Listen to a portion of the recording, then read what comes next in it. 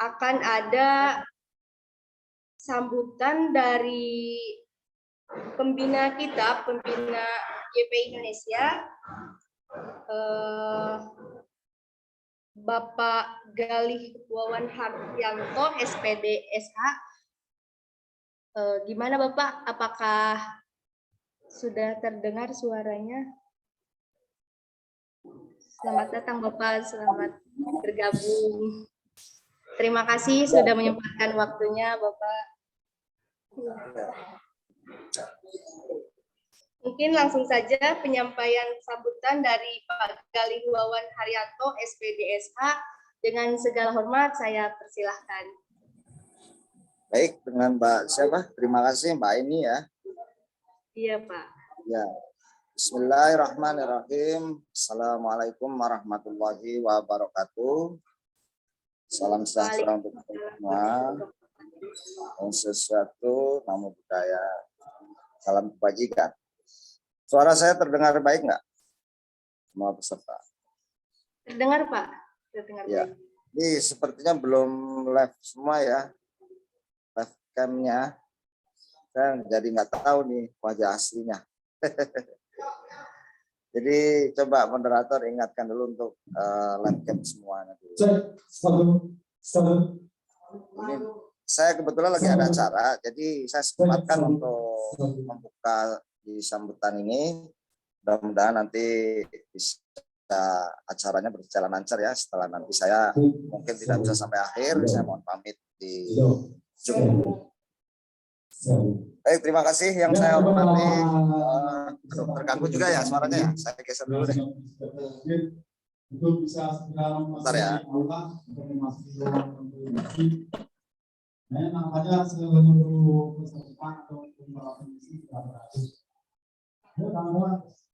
Saya cari tempat dulu yang representatif.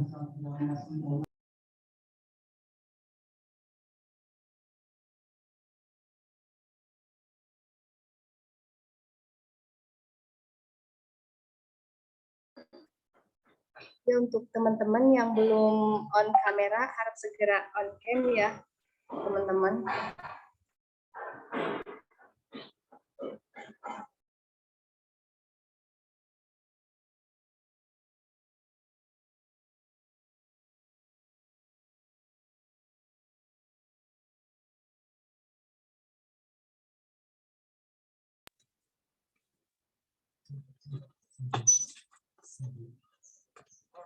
Halo, saya ulang ya, Mbak Aini. Iya, Pak. Ya, terima kasih. Ya, yang saya hormati Ketua Umum YPE. Sudah hadir belum, Bung Arman, Adinda, Arman Prasetyanto. Yang saya banggakan dan saya cintai seluruh keluarga besar YPE dari Sabang sampai Merauke yang sekarang mungkin sudah dihadiri beberapa kabupaten, kota, dan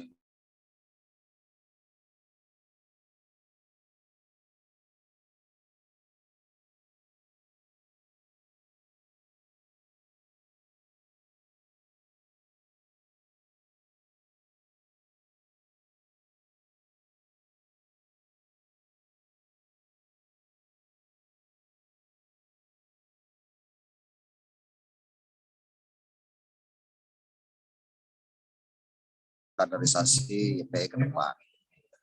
Baik kawan adik-adik semua, dalam rangka kaderisasi sebuah organisasi memang sangat diperlukan. Sangat-sangat diperlukan. Karena tadi sudah disampaikan sama moderator juga bahwa organisasi yang besar, organisasi yang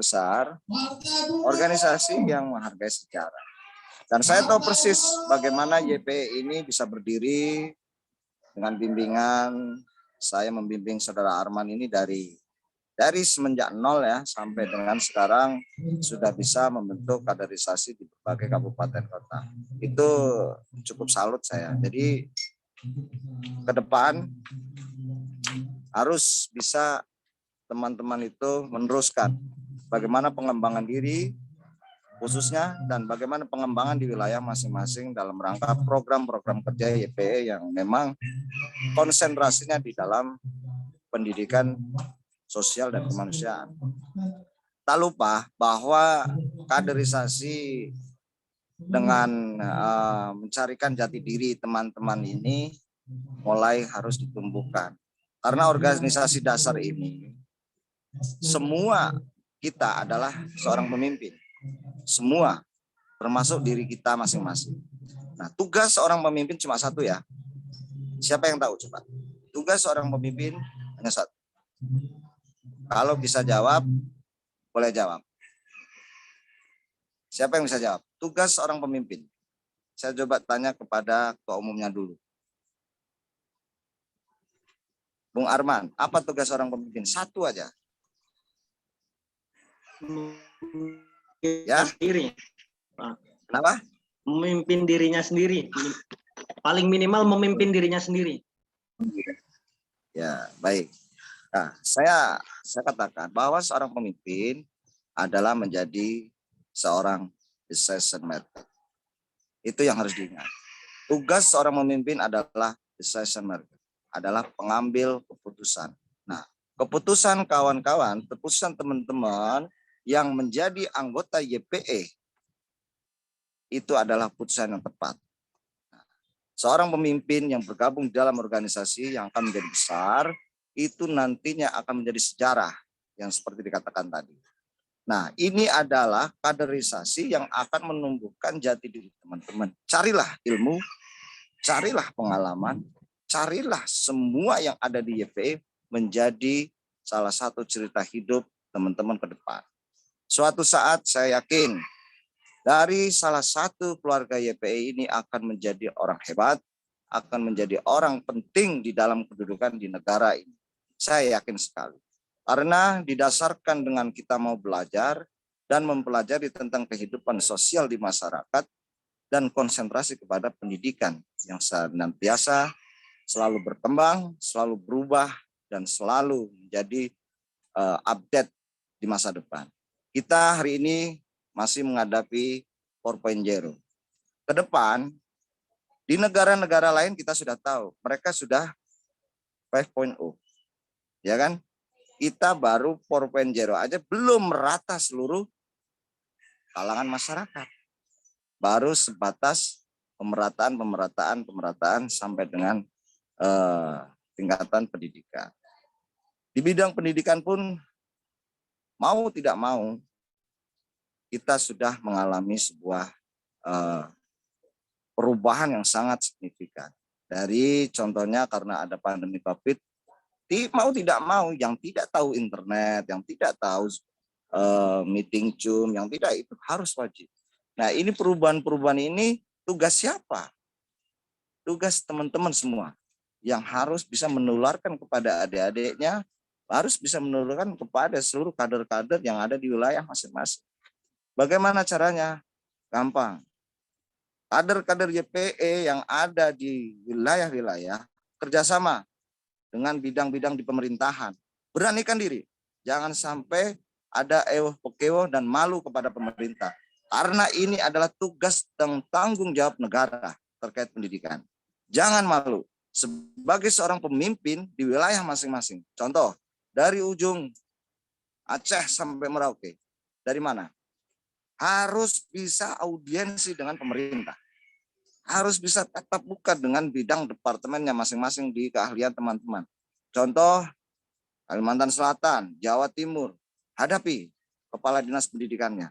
Setarakan otak kalian kepada mereka. Kita, kalau ketua umum itu harus setara.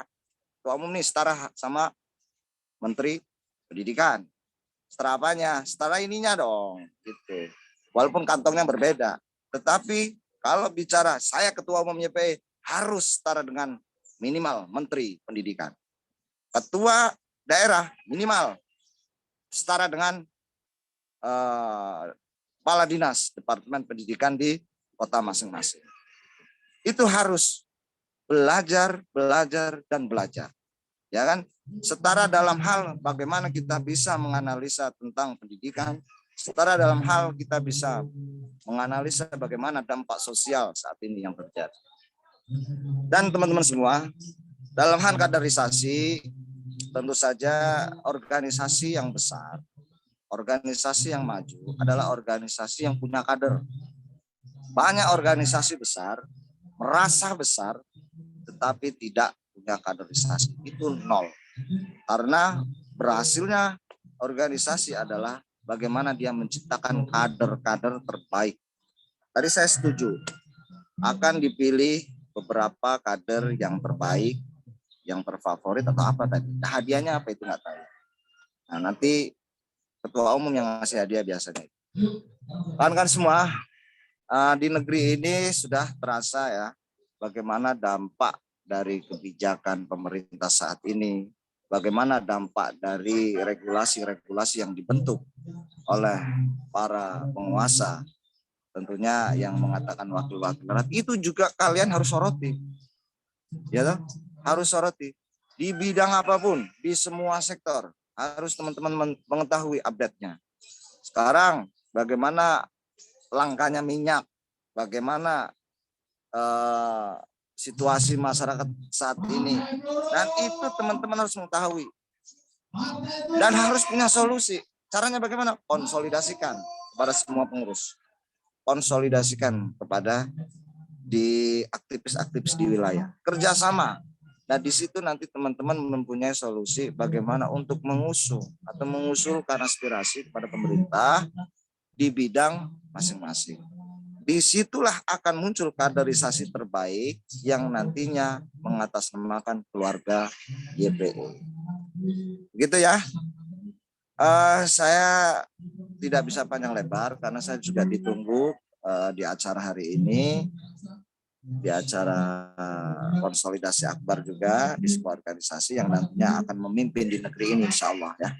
Mudah-mudahan teman-teman selalu sehat, teman-teman selalu dilindungi yang kuasa, Tuhan Yang Maha Esa, dan teman-teman bisa beraktivitas bagaimana niat tulusnya di YPE ini, menjadikan YPE ini sebuah organisasi besar, sosial yang memang bermanfaat bagi kehidupan sesama, bermanfaat kepada seluruh masyarakat Indonesia. YPE, apa yel-yelnya? Ayo teriak sama-sama, YPE. Quality is number one. Oke, terima kasih. Wassalamualaikum warahmatullahi wabarakatuh. Waalaikumsalam. Waalaikumsalam warahmatullahi wabarakatuh. Terima kasih kepada Bapak Gali yang telah menyempatkan waktunya di sela-sela kesibukannya. Saya ucapkan terima kasih. Selanjutnya kita akan memasuki ke materi, yaitu materi tentang sejarah YPE. Sebelum itu, di sini saya akan membacakan CV moderator terlebih dahulu. Izin untuk share screen.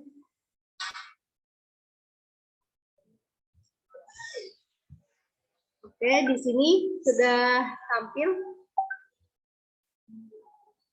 Langsung saja, moderator kita pada kali ini yaitu Kak Irna Marwa. Kak Irna Marwa lahir di Cilegon 15 Oktober 2002. Dan jabatan di YPE yaitu sebagai Sekretaris Jenderal YPE Indonesia. Mohon undur, Bu, mau undur diri ya karena mau ada. Ya. Oh iya, Ya. baik. Semoga lancar ya. Assalamualaikum. Waalaikumsalam Bapak. Terima kasih Pak. Ya, bisa dilanjut. Moderator kita kali ini dari Sekretaris Jenderal YPE Indonesia, dan bisa dilihat oleh teman-teman semua CV moderatornya. Mungkin untuk mempersingkat waktu, selanjutnya saya serahkan kepada moderator pada kali ini, kepada Kak Irna Marwa, dipersilakan.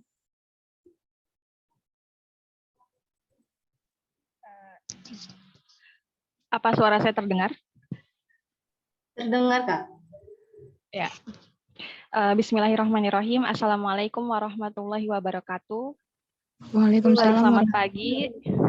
Ya, selamat pagi. Salam sejahtera untuk kita semua. Shalom, Om Swastiastu, Namo Buddhaya, salam kebajikan.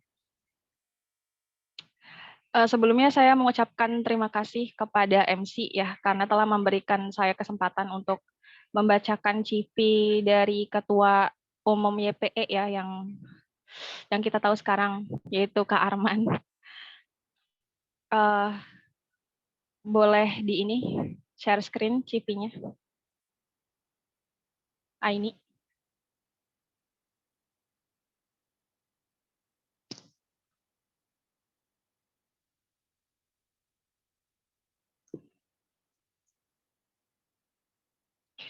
Ya, seperti yang tertera ya, Kak Arman Prasetyanto merupakan founder YPE Indonesia, Youth Prime Education. Beliau juga ketua umum di YPE Indonesia ya, sekaligus founder. Boleh ke bawah lagi? Ya, stop. Okay. Kak Arman lahir di Pemalang ya, pada tanggal 21 Mei tahun 2000. Ia seorang pemuda yang aktif, antusias terhadap tantangan, dan semangat dengan pengalaman baru. Juga beliau memiliki usaha ekonomi kreatif yang bergerak di bidang desain grafis dan konten digital bernama man.id Entertainment. Rumah beliau di Jalan Lumba-Lumba nomor 7, Kafling Blok C, Citangkil, Kota Cilegon, Provinsi Banten. Nomor beliau adalah 085921793052. Gmail beliau adalah aprasetyans@gmail.com dan ada website ini ya, konten digitalnya bit.ly man_id.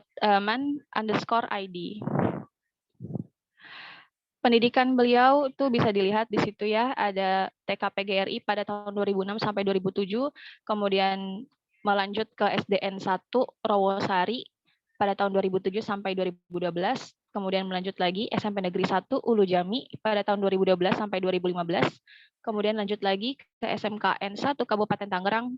Nah, di sini beliau mengikuti program studi teknik elektronika industri ya, pada tahun 2015 sampai 2018.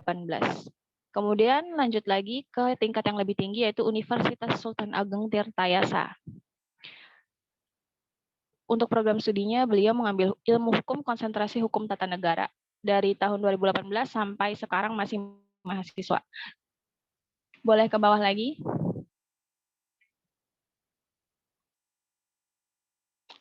Ya, bisa dilihat di situ kemampuannya. Beliau bisa Microsoft Office, komunikasinya baik, editingnya oke, musisiannya juga keren, dan leadership-nya pasti jago banget. Moto hidupnya, lakukan yang terbaik, maka yang terbaik akan datang untuk. Sosial medianya bisa dilihat ya di situ ya, FB sama ya, pokoknya kita langsung aja ya ke organisasi. Organisasi beliau banyak banget. Ini ada yang pertama ya Prime Education, dia founder sekaligus ketua umum pada tahun 2019 sampai 2022. Kemudian ada FKPB, Forum Komunikasi Pelajar Banten, Ketua Biro PSDM pada tahun 2018 sampai 2020. Terus beliau juga menjadi sekretaris advokat dan konsultan hukum muda di Law Office GNAS and Partners. Kemudian dia juga menjadi kepala sekretariat ya pada tahun 2020 sampai 2022 di DPC PPKHI, Perkumpulan Pengacara dan Konsultan Hukum Indonesia Tangerang Raya. Ini karena banyak banget, punten, kayaknya Kak Arman boleh ya kalau misalnya kita sebutin 3 aja, mempersingkat waktu juga. Langsung aja ke prestasi ya. Beliau itu juara 3 lomba musik band Secret Project tingkat Jabodetabek. pada tahun 2017. Kemudian top 5 kompetisi musik band Kapolresta Festival Banten pada tahun 2018. Kemudian juara 2 Classic Challenge UKM Fest Untirta pada tahun 2018. Kemudian finalis delegasi debat Mahkamah Konstitusi pada tahun 2019. Kemudian juga Duta Fakultas Hukum Universitas Sultan Ageng Tirtayasa pada tahun 2019. Boleh ke bawah lagi.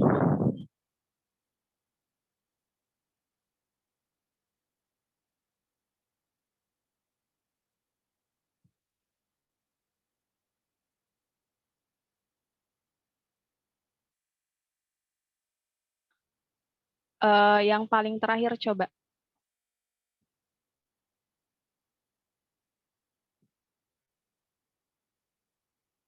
Ya, sekarang ini beliau Duta Pendidikan ya tadi pada tahun 2021.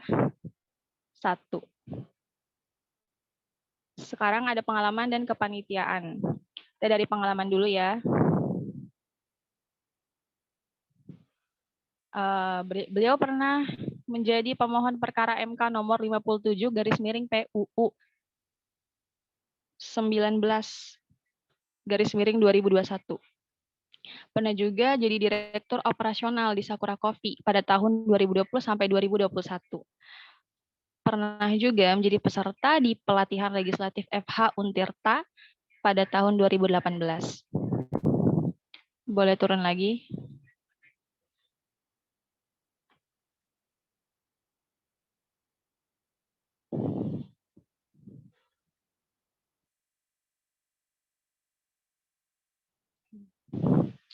Pernah juga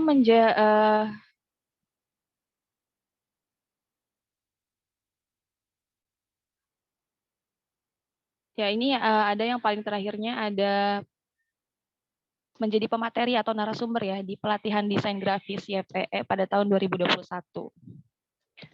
Boleh ke atas lagi? Nggak usah, nggak apa-apa, di situ aja. Ini ada kepanitiaan beliau ya. Aku bacanya dari yang 3 terakhir aja ya. Di tahun 2021 ada SIE Pubdek Doklat Seminar Nasional dan Maperca Permahi Banten. Di tahun 2020 ada kepanitiaan beliau adalah Ketua Pelaksana Pesta Educare YPE Tryout dan Talk Show 2020. Di tahun 2019 SIE acara pelatihan legal opinion Permahi Untirta. Itu di bawah ada statement diam tidak akan merubah apapun. Ya, terima kasih kepada Kak Arman Prasetyanto selaku Ketua Umum dan Founder YPE. Dipersilakan, tempat dan waktu dipersilakan untuk melakukan sambutannya. Oke. Terima kasih moderator. Assalamualaikum warahmatullahi wabarakatuh. Selamat pagi menjelang siang. Salam sejahtera. Salam teman-teman semua. Salah satu materi pada pagi ini yaitu tentang YPE yang perlu teman-teman tahu karena teman-teman di sini bergabung di YPE, jadi harus tahu bagaimana sejarahnya, bagaimana masa depannya mungkin nanti akan kita bahas juga di sini, kemudian pergerakannya, dasar pemikiran dan lain-lain. Jadi sebuah organisasi yang besar adalah mereka yang terus membesarkan wadahnya, terus melebarkan dan terus berkontribusi. Melalui apa? Melalui dia dengan pengetahuannya terhadap organisasi tersebut. Agar kita pergerakannya tidak lain dari haluan organisasi, tidak lain dari sebuah ketentuan yang sudah diatur. Nah, di sini teman-teman perlu kita ketahui bahwa mungkin materi ini sifatnya akan diskusi juga. Jadi buat teman-teman yang misalkan masih belum jelas, mungkin izin sama moderator langsung potong aja ya, nggak apa-apa. Jadi misalkan saya menyampaikannya nggak jelas nih, langsung on mic potong aja nggak apa-apa. Karena ini materi ini sangat krusial buat teman-teman biar lebih memahami YPE itu seperti apa, biar nanti suatu saat di luar sana ditanyakan oleh orang luar itu nggak kagok atau udah menguasai begitu.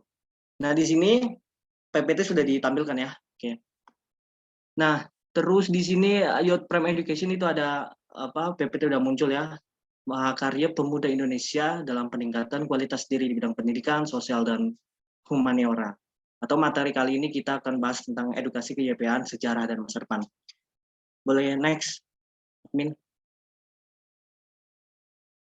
Nah, di sini kita akan bahas tentang sejarah YPE terlebih dahulu. Nah, di sini perlu teman-teman tahu bahwa YPE itu berawal dari investigasi seorang mahasiswa di salah satu desa yang terletak di Provinsi Banten, yaitu saya sendiri waktu itu.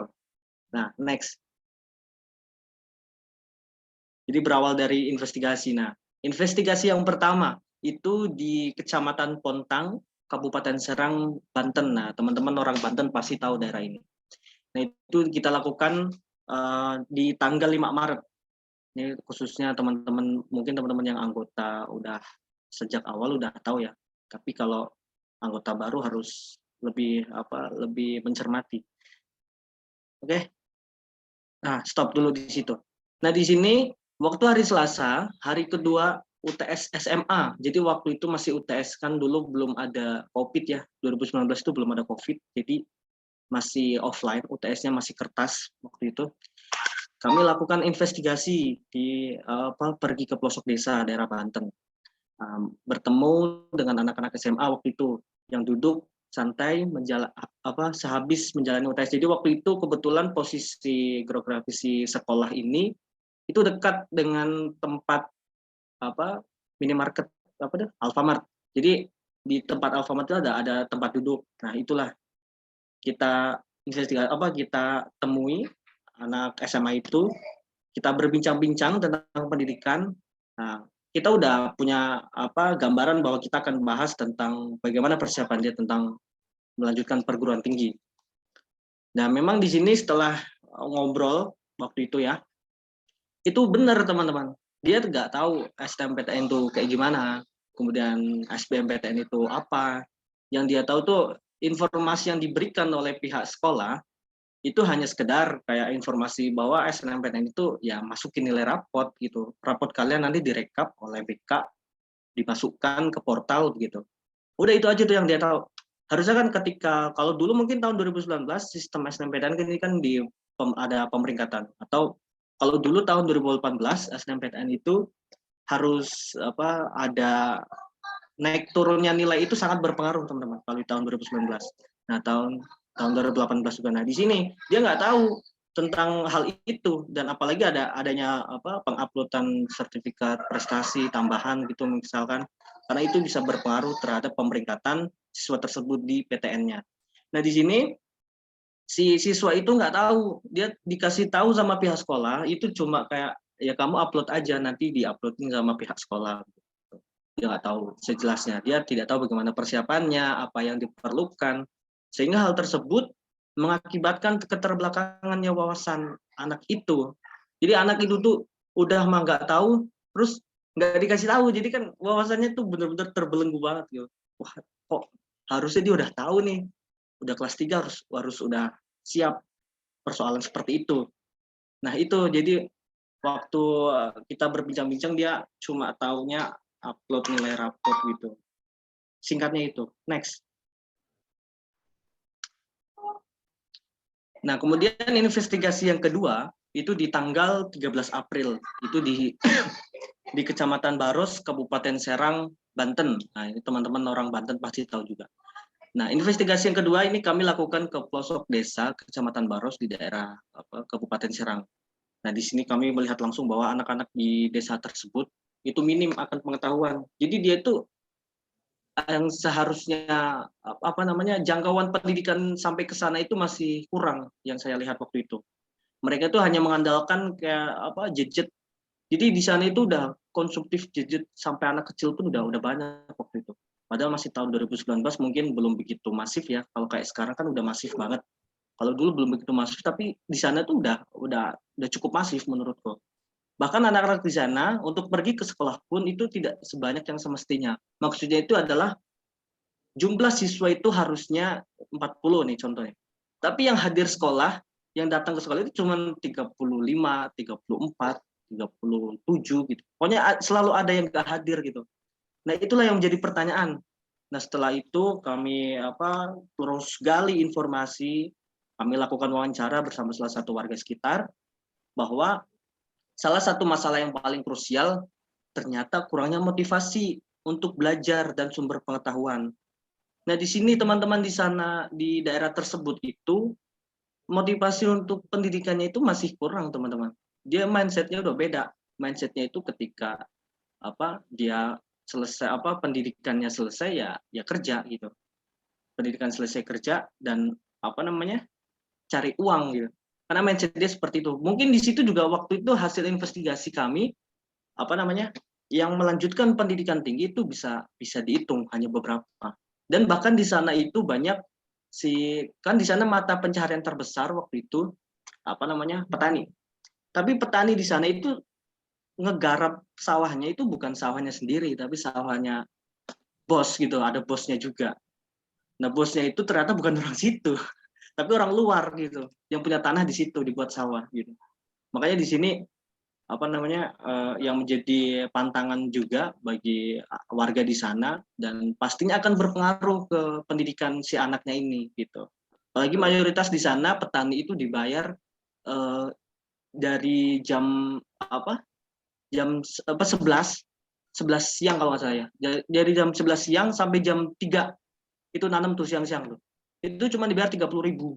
Dan itu sangat menurutku kurang banget sih, apalagi buat biaya pendidikan si anaknya, terus biaya hidup mereka gitu. Nah, itulah dari situ kita mendengarkan aspirasi, kita mendengarkan curhatan warga mungkin ya, kita mendengarkan dampak-dampak pendidikan di sana. Agak cukup miris waktu itu. Next.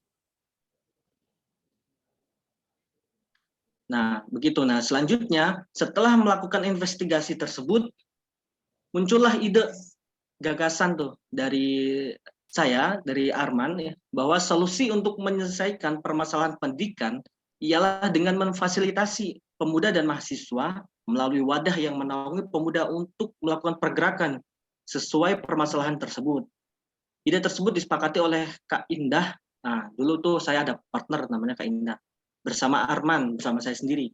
Untuk mendirikan sebuah organisasi kepemudaan yang bergerak di bidang pendidikan, sosial, dan kemanusiaan. Nah, Arman dan Kak Indah merupakan pendiri Youth Prime Education. Jadi berawal dari 2 orang kalau teman-teman mau tahu dulu itu. Itu di tanggal 12 Maret 2019. Nah, dulu itu tanggal 12 Maret itu YPE digagas pertama kali itu tanggal 12 Maret 2019 di Kota Cilegon, Banten. Dengan gagasan dan konsep pertama oleh Arman, oleh saya sendiri, itu dulu tuh namanya bukan Youth Prime Education kalau mau tahu. Dulu namanya Garuda Education. Cuman setelah dipikir-pikir lagi, ada waktu selang 3 hari itu sampai ke 15 Maret, itu diubah namanya. Setelah beberapa waktu kemudian pada tanggal 15 Maret 2019, namanya diubah menjadi Youth Prime Education. Dan itu disepakati oleh saya, oleh Kak Indah, dan di tanggal itu pula kami membentuk pengurus gitu. Langsung ada pengurusnya.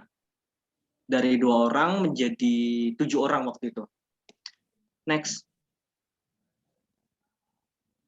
Nah, setelah tadi melakukan investigasi dan sepakat untuk mendirikan sebuah wadah. Nah, resolusi yang kami tawarkan atau urgensi keberadaan YPE bahwa hadirnya YPE untuk pemuda Indonesia ialah mendukung dan berupaya menciptakan cita-cita bersama. Kami bimbing para pemuda di Indonesia melalui program-program YPE, mulai dari seminar, workshop, hingga pelatihan-pelatihan persiapan untuk lanjut pendidikan, memperluas jangkauan informasi pendidikan dan penyelenggaraannya. Karena bagi kami, pendidikan merupakan hak dan kewajiban yang harus dilaksanakan oleh setiap manusia. Karena setiap peradaban itu, teman-teman, sangat dipengaruhi oleh kualitas pendidikannya, kualitas pengetahuannya. Kalau kualitas pengetahuannya masih kurang, maka peradaban itu akan terlihat terbelakang, terbelenggu keilmuannya. Dan itu yang kita hindari, jangan sampai itu terjadi. Apalagi khususnya di anak-anak muda yang terhimpun di YPE. Nah, kita harus bisa menjadi kader yang berpikir ke depan, berpikir visioner sesuai dengan sifat organisasi. Nah, di sini teman-teman juga nanti akan dijelaskan slide berikutnya aja deh. Slide next dulu. Nah, kemudian resolusi yang kedua bahwa YPE ini berbentuk organisasi, tentu memerlukan peran dari pemuda intelektual mahasiswa untuk menciptakan sebuah perubahan yang lebih baik. Karena itu sudah menjadi tugas pemuda, yaitu agent of change, agent of control, dan iron stock. YPE hadir mengupayakan pengembangan pengetahuan pendidikan, sosial, dan humaniora, serta wawasan para pemuda di Indonesia. Nah, di sini teman-teman, mungkin teman-teman yang sudah berstatus mahasiswa, biasanya di waktu mahasiswa baru, itu selalu dijejelin mungkin ya. Dijejelin tentang mahasiswa itu harus agent of change, agent of control, dan iron stock, harus bisa menciptakan sebuah perubahan.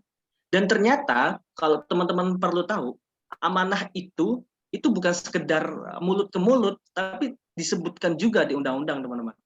Teman-teman bisa cek Undang-Undang Nomor 40 Tahun 2009 tentang kepemudaan. Nah, itu di situ jelas banyak tanggung jawab pemuda yang harus diselesaikan. Nah, pemuda itu siapa? Pemuda itu kita semua. Rentang usia 16 sampai 30 tahun. Nah, saya yakin anak-anak yang terhimpun di YPE itu di dalam rentang usia tersebut. Jadi amanah untuk menciptakan sebuah perubahan, amanah untuk membawa sebuah perubahan itu tugas kita semua dan harus kita selesaikan. Minimal banget itu di sekitar kita, paling minimal itu. Dan tingkat lanjutnya itu yang lebih luas lagi gitu. Memimpin diri sendiri, terus kemudian memberikan pengaruh ke sekitar, memberikan dampak positif, dan itulah yang diharapkan di YPE. Next. Nah, di sini teman-teman perhatikan, di sini ada sektor pergerakan YPE. Nah, pergerakan YPE telah melalui analisis studi kasus dan strategi perbaikan cepat versi YPE. Nah, di sini memang maksudnya studi kasus itu ya tadi dari investigasi dari permasalahan-permasalahan yang dilihat oleh YPE. Nah, itu yang pertama, permasalahan pendidikan yang terjadi di tingkat SMA atau sederajat, atau yang paling menonjol adalah no life skill. Artinya adalah di sekolah itu teman-teman pasti merasakan waktu status menjadi siswa di SMA itu gak diajarin tentang bagaimana cara hidup yang baik. Pasti keilmuan lagi. Dan ternyata nggak semua keilmuan itu terpakai. Bener nggak sih? Ngerasa nggak teman-teman? Nggak semua ilmu itu terpakai. Dan hanya sekedar sebatas wawasan kita. Apalagi teman-teman yang merasakan di SMA-nya dengan di kuliahnya itu berbeda jurusan. Dan itu sangat kerasa banget sih. Oh, dulu kita belajar itu. Wah, ternyata belajar ini, ternyata keilmuan tuh luas banget loh gitu. Nah, di sini sebenarnya yang paling terpenting adalah kita memberikan edukasi tentang keterampilan hidup atau life skill. Karena nantinya teman-teman yang akan dihadapi setelah lepas dari instansi pendidikan adalah bagaimana cara teman-teman bergaul kepada masyarakat. Apakah memang teman-teman bisa berdampak, apakah memang teman-teman bisa bermanfaat, atau malah jadi beban masyarakat, dan itu menjadi catatan. Makanya itulah yang menjadi permasalahan pendidikan yang terjadi di tingkat SMA.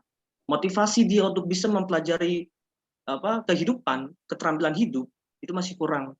Dia hanya terpatok dengan sebuah konsep yang ditentukan oleh pemerintah pusat, yaitu bentuknya kurikulum. Tapi pada praktiknya nggak seperti itu. Pada praktiknya itu sangat sekali tergantung dengan si tenaga pendidikan itu. Kalau memang tenaga pendidiknya itu baik, ya akan menghasilkan siswa yang baik. Kalau tenaga pendidiknya dengan caranya sendiri, tanpa memperhatikan si siswanya, ya nanti hasilnya pun tidak akan maksimal. Dan itu dirasakan pun saya sendiri juga sama gitu. Saya juga korban dari pendidikan itu. Makanya di sini setelah saya menjadi status mahasiswa, mulai terbuka tuh pikiran saya. Oh, ternyata konsep pendidikan yang baik tuh bukan seperti itu. Sangat tergantung dengan diri kita juga, sangat tergantung dengan tenaga pendidiknya. Kemudian yang kedua, keterbukaan informasi jalur masuk perguruan tinggi yang masih minim di beberapa sekolah. Yang tadi saya bilang di awal bahwa investigasi YPE itu ya ini informasi jalur masuk PTN atau PTS itu masih minim teman-teman waktu itu. Dan bahkan mungkin sampai sekarang mungkin teman-teman di sini kalau kita nggak aktif, kita nggak kepoin terus sama pihak sekolah, mungkin yang statusnya sekarang masih siswa, itu harus kepoin terus ke sekolahnya. Untuk apa? Untuk bisa tahu jalur masuk PTN itu. Karena itu tidak terlalu di publish banget gitu. Ngerti nggak sih? Maksudnya itu dipublish tapi nggak ditargetkan semua siswa harus tahu gitu. Hanya sekedar si sekolah ini yang saya tahu ya, si sekolah ini hanya menjalankan tugas administratif untuk bisa mempublikasikan informasi jalur masuk PTN atau PTS, tapi tidak menargetkan untuk semua siswa tahu. Jadi artinya apa? Bahkan mungkin waktu angkatan saya juga dulu itu saya bisa tahu jalur masuk perguruan tinggi itu dari senior loh teman-teman, nggak dari sekolah. Sekolah itu nggak, misalnya sekolah ngasih tahu tapi nggak eksplisit gitu, nggak begitu detail, nggak begitu jelas. Saya tahu detailnya itu dari senior. Dan itu dirasakan banyak siswa di sekolah saya waktu itu. Dan ternyata itu juga dirasakan di beberapa sekolah di wilayah Banten. Karena memang regional saya waktu itu investigasi di Banten. Itu, jadi kebukaan informasi jalur inilah yang menjadi salah satu sektor pergerakan YPE. Kemudian yang ketiga, itu motivasi dan mindset pentingnya pendidikan tinggi. Itu tadi, motivasi dia kalau ada yang mindsetnya setelah sekolah ya kerja aja, yang penting dapat uang dan uang. Padahal pendidikan itu penting untuk memperbaiki sebuah peradaban gitu. Apalagi nantinya diisukan di tahun 2045 kita kan akan mengalami bonus demografi. Sebetulnya bonus demografi yang saya lihat sekarang pun udah terjadi, teman-teman. Rasa nggak sih sekarang itu banyak pemuda yang produktif dan banyak hal-hal yang memang dihasilkan oleh anak muda gitu. Sebenarnya itu udah kita rasakan. Tinggal nanti di mungkin tahun 2045 adalah puncaknya gitu. Nah, nantinya hasil dari riset saya waktu itu yang nantinya akan dibutuhkan di tahun 2045 itu adalah keterampilan hidup teman-teman, skill, soft skill dan hard skill yang harus dimiliki. Nah, itulah mindset itu yang harus diperbaiki. Karena segala kegiatan yang kita lakukan itu berawal dari mindset sebenarnya. Otak itu akan memberikan instruksi kepada jantung, otak itu akan memberikan instruksi kepada tubuh kita untuk menggerakkan kemana arah kita gitu. Nanti itu akan diproses tuh di pikiran kita, apakah memang itu logis untuk kita, bermanfaat atau enggak untuk kita. Dan juga otak akan memberikan instruksi kepada jantung untuk bisa terus menjaga stabilitas tubuh gitu. Jadi semua berawal dari mindset, dari pemikiran kita radikal dalam artian kritis itu menurutku bagus, tapi kalau pemikiran kita dangkal, mikirnya duit, uang, mungkin nanti setelah sekolah selesai ya itu nanti hasilnya seperti itu gitu. Karena memang sangat mempengaruhi sebuah peradaban bangsa gitu. Nah, kemudian yang selanjutnya itu yang selanjutnya itu dulu metode pembelajaran tidak tepat sasaran. Nah, di sini teman-teman, apalagi sekarang di keadaan pandemi COVID, wah teman-teman merasakan seorang tenaga pendidik, mungkin dosen atau guru, itu ngerasa nggak sih kalau seringnya itu ngasih tugas, itu nggak sering ngisi Zoom kayak gini nih, Zoom ngasih materi, tapi itu seringnya ngasih tugas dan tugas, kerjain, kumpulin, monoton aja. Apa sih yang didapatkan dari siswa itu? Yang pertama, bosen ya, ilmu dapatnya dikit, karena dia cuma bisa menjangkau keilmuan sesuai dengan taraf pemikiran dia sendiri, yang seharusnya standar pemikirannya itu hanya guru yang tahu nih, misalkan guru tahu konsepnya nih, tapi itu nggak disampaikan karena kesibukan dia, karena ketidakprofesionalan dia. Dan itulah menjadi menjadi permasalahan juga gitu. Metode pembelajaran itu nggak tepat sasarannya. Dan seharusnya yang paling terpenting adalah keterampilan hidup, tapi itu enggak, itu hanya kayak si tenaga pendidik itu kayak menjalankan tugasnya aja. Gue guru gitu, gue harus ngasih materi, ya udah kasih aja, kirim di grup WA tuh, pelajari, ngomong aja di grup, pelajari ya teman-teman, padahal nggak semua mempelajari. Nah, itulah tugas guru untuk memastikan semua ilmu yang disampaikan oleh guru itu tersampaikan ke siswa. Itu menjadi tugas juga. Nah, itu nggak semua terlaksana. Makanya itulah menjadi permasalahan. Jadi salah satu sektor pergerakan YPE. Kemudian persiapan pemuda dalam menghadapi dunia setelah SMA yang masih belum maksimal, yaitu tadi. Sebenarnya kan setelah lulus itu ada 3 pilihan ya. Kuliah, kerja, menikah, atau mungkin satu lagi pengangguran. Pengangguran bukan pilihan sih, tapi itu. Jadi di antara 3 pilihan itu, teman-teman mungkin pernah merasakan, atau yang enggak juga nggak apa-apa, pasti pernah merasakan di mana kita mau lulus SMA waktu dulu ya, itu bingung. Mungkin yang teman-teman ikut SNMPTN, ya udah pasrah sama hasilnya gitu. Lulus syukur, nggak lulus ya udah. Karena dulu saya merasakan itu gitu. saya dulu jalur masuk kuliahnya itu SNMPTN, jadi jalur undangan rapot. Nah, kemudian saya masuk, ya paling plan B saya kalau SNMPTN nggak diterima ya udah kerja. Karena nggak ada pilihan lagi. Sisi lain saya juga berasal dari keluarga yang ekonominya belum maksimal gitu, masih begitu kelas menengah ke bawah lah gitu. Nah, disitulah yang menjadi pertimbangan saya untuk bisa menjangkau pendidikan yang lebih tinggi. Nah, itu persiapan-persiapan itu yang menjadi catatan juga buat anak-anak YP nanti untuk bisa menebarkan manfaat itu. Nah, kemudian yang berikutnya itu kualitas wawasan pengetahuan pemuda yang perlu ditingkatkan. Kualitas wawasan itu kayak gini loh, kayak ketika anak muda itu dihadapkan oleh sebuah isu, mungkin teman-teman di sini kalau ada yang sering main TikTok, main IG, itu kalau ada isu-isu nasional atau internasional, pasti netizen itu komennya lucu-lucu. Ngerasa nggak sih? Mungkin itu sisi lain niatnya lucu atau apa. Tapi ada loh komen yang ini sebenarnya sering saya lihat juga, karena saya juga sering pemerhati medsos anak-anak muda. Di sini juga anak-anak muda itu lebih, sebenarnya ini ada apa sih gitu.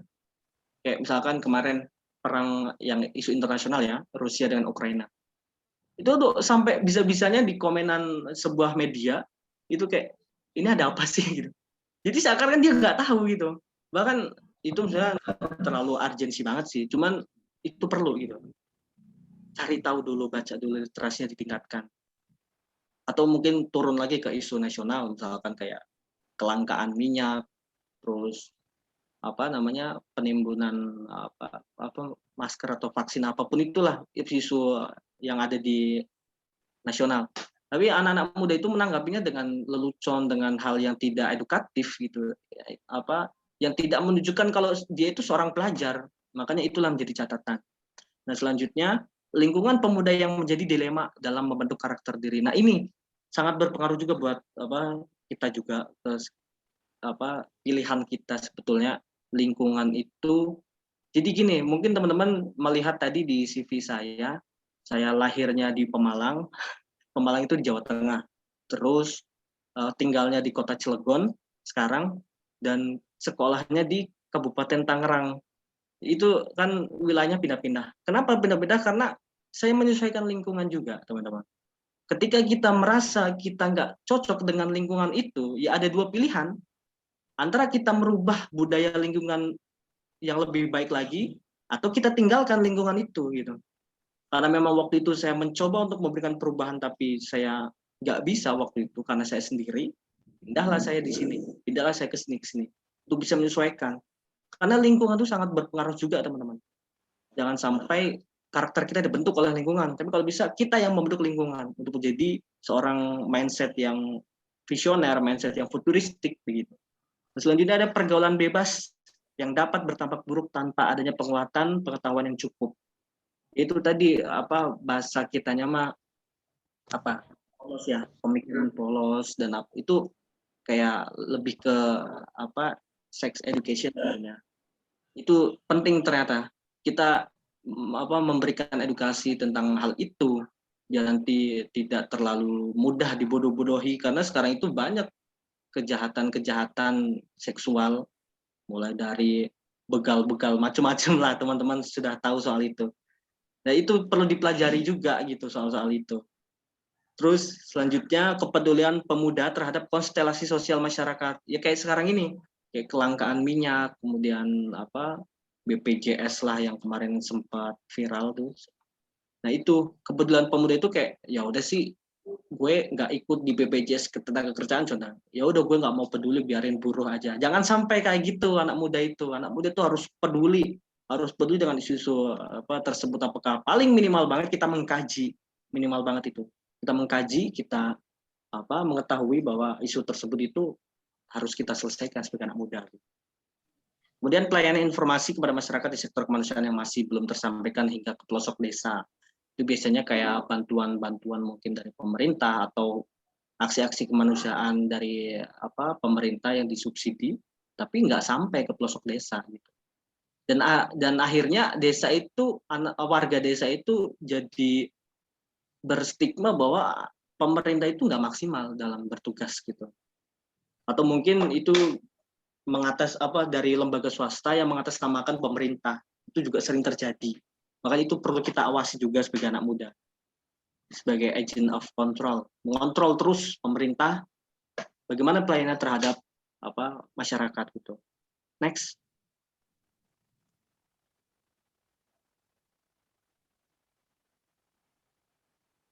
Nah, di sini teman-teman bisa lihat budaya dan karakter organisasi.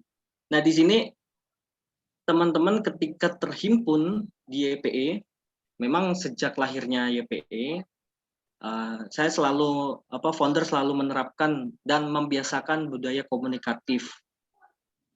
Makanya mungkin teman-teman khususnya di branch para ketua branch itu mungkin sering saya spam chat atau sering saya hubungi karena emang saya pengen membiasakan budaya itu, budaya komunikatif. Maksudnya itu spam chat dalam hal artian koordinasi ya, bukan kepentingan lain gitu.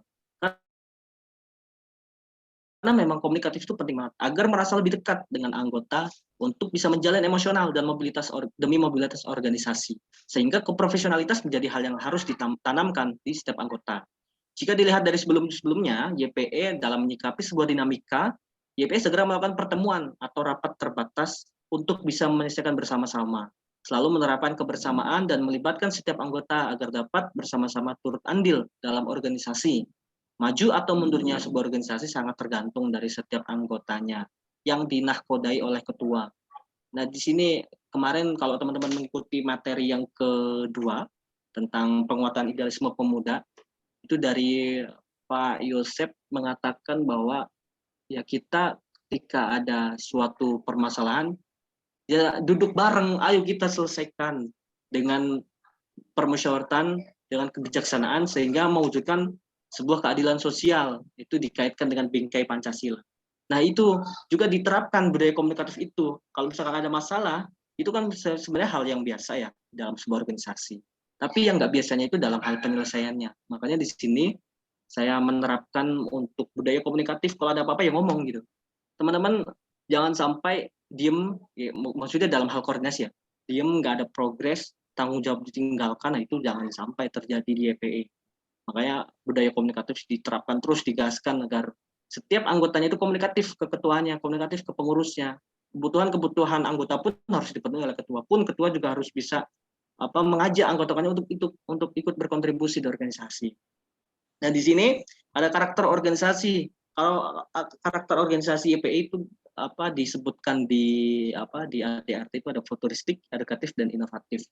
Sebenarnya ini karakter anak muda juga sih. Karakter anak muda yang memang diamanahkan di Undang-Undang Kepemudaan. Ada banyak sebetulnya, cuman yang saya ambil 3 ini karena memang yang menarik, yang mungkin cocoklah dengan YPE. Futuristik itu mindset kita memandang masa depan.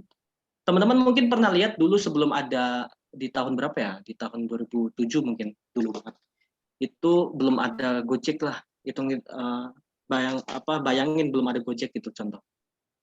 Dulu sebelum ada Gojek, orang-orang atau warga mau naik ojek itu bukan naik ojek, gokar aja deh. Ojek kayaknya terlalu harus ke ini deh. Angkot deh, bukan angkot mobil, gokar contoh. Dulu tuh belum ada gokar. Jadi orang itu kalau mau naik mobil, berhentiin mobil itu kan ke pinggir jalan ya. Terus awe-awe, bahasanya awe, melambaikan tangan. Kiri gitu kan.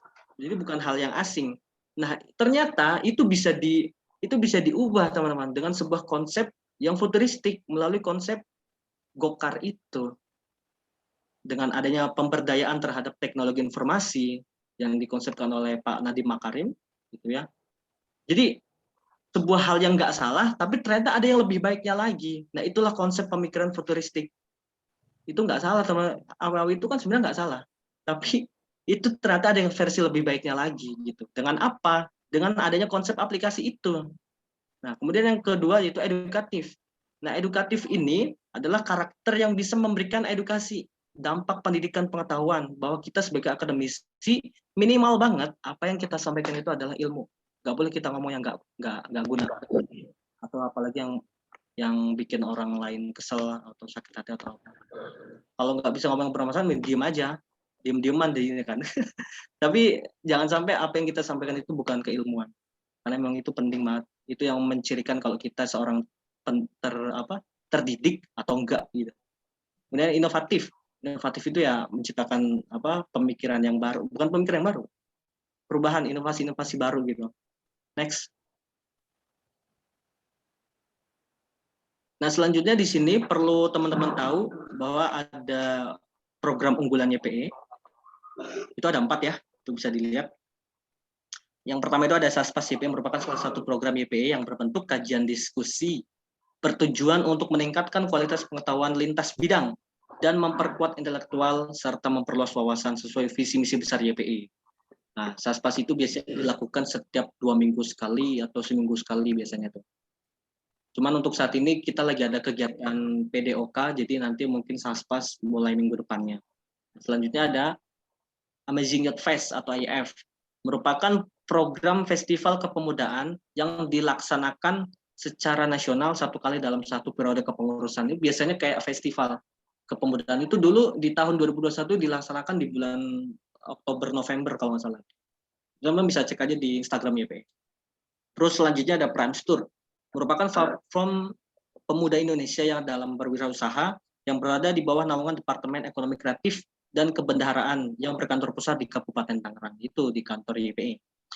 Kemudian ada Educare YPE, merupakan program YPE yang bergerak fokus di peduli pendidikan, mulai dari bimbingan belajar hingga persiapan masuk perguruan tinggi, kayak program sosialisasi PTN, kemudian pelatihan SBMPTN, bimbel, dan itu masuk ke kategori program unggulan Educare. Next.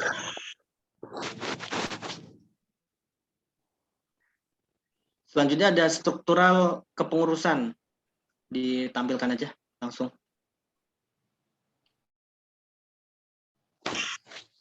Tampilkan semuanya. Nah, di sini ada struktur kepengurusan YPE, itu di YPE pusat ya. Itu kita ada 4 pembina, teman-teman. Pembina yang pertama itu bidang politik dan kelembagaan organisasi, itu ada Haji Ahmad Saihu. Kemudian pembina bidang akademik dan kepemimpinan itu ada Hendra Eka Saputra, SE MSEI. Kemudian ada pembina bidang hukum dan HAM, itu Galih Wawan Haryanto, yang tadi sambutan. Kemudian pembina bidang kepemudaan dan entrepreneurship itu ada Nur Agis Aulia Esos. Kemudian ketua umumnya itu ada Muhammad Arman Prasetyanto.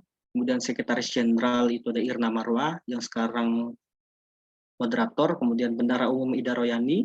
Kemudian ada 4 departemen hubungan masyarakat itu ada Tiara Natasha. Medkominfo itu ada Puroton Aini. Kemudian departemen edukasi dan propaganda itu Muhammad Ilham dan stafnya ada Muhammad Kamal. Kemudian Departemen Ekonomi Kreatif itu ada Suci Wulandari, dan ke bawah ada anggota termasuk branch gitu.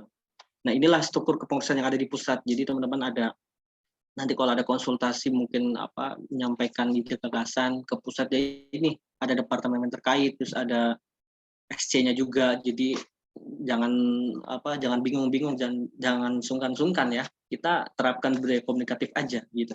Next.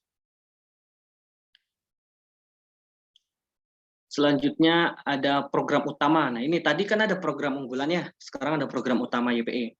Itu ada seminar, ada workshop, ada pelatihan, tryout SBMPTN, konsultasi pendidikan, pengabdian masyarakat, edukasi hukum, dan kajian diskusi.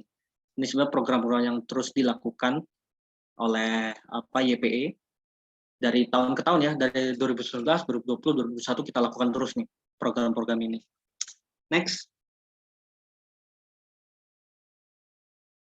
Selanjutnya ada visi misi. Nah, visi misi ini sebetulnya sudah konsepkan dari awal berdirinya YP sampai sekarang masih tetap visi misinya nggak diubah, yaitu meningkatkan kualitas pemuda Indonesia melalui karakter futuristik, edukatif, dan inovatif demi mewujudkan pribadi yang cerdas dan mengabdi kepada masyarakat.